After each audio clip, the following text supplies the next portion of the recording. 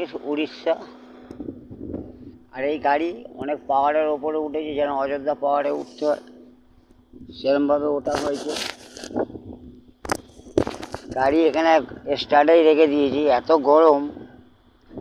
আরে এই দেখো ভিউ দেখো, পুরো বড় মানে কি বলে পাহাড়ে পাহাড়ে একদম সুন্দর ভিউ। যারা আসবে রাম মন্দির উড়িষ্যা বুঝতেই পারবে, একদম নিচে। আমি আমি গাড়ি নিয়ে অনেক ওপরে,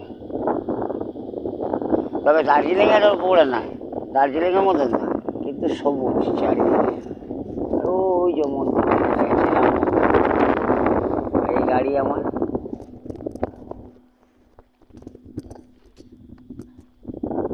ড্রাইভারদের জীবন হলো এরকম, যখন খুশি যেখানে খুশি বেড়াতে চলে যাও।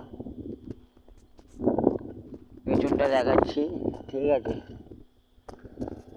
আবার এখান থেকে ফিরে পুরীতে চলে যাবো, ঠিক আছে। কেন আবার পুরীতে, আবার নিচেটা দেখো, নিচেটা দেখো, পুরো নিচে ওটা ভিউ দেখেছো, ছোটো ছোটো বাড়ি ঘর দেখা যাচ্ছে, আর আমরা কত ওপরে।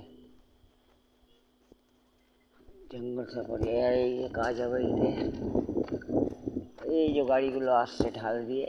আর ওই যে রামের মন্দির, একটা অযোধ্যা রাম মন্দির, আর এই একটা অযোধ্যা মানে রাম মন্দির।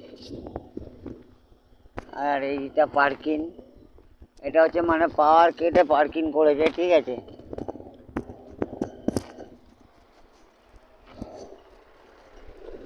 গাড়িটা ঢুকছে, কটকের গাড়ি। এটা উড়িষ্যা কটক মানে পুরী, যেখান থেকে আমরা এসেছি সেখানকার গাড়ি এটা। আমি তো গাড়ি নিয়ে দাঁড়িয়ে আছি, রাম মন্দিরটা গেলাম না, উপরে উঠলাম না, প্রচণ্ড নিচে গো।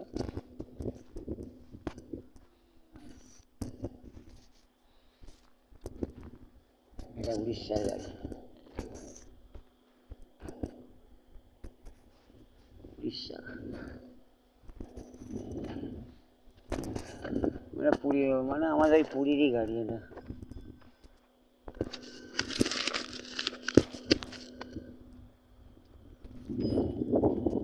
তো এই পর্যন্ত সব বন্ধুরা, খারাপ বলুন, কমেন্ট করুন, না করুন, কোনো ব্যাপার না। আমি যেটুকুনি তোমাদেরকে দেখাতে বললাম এইটুকুনি। তবে যারা আসবে কলকাতা থেকে এইসব সমস্ত জিনিসগুলো দেখতে পাবে, ঠিক আছে। Tata, bye bye.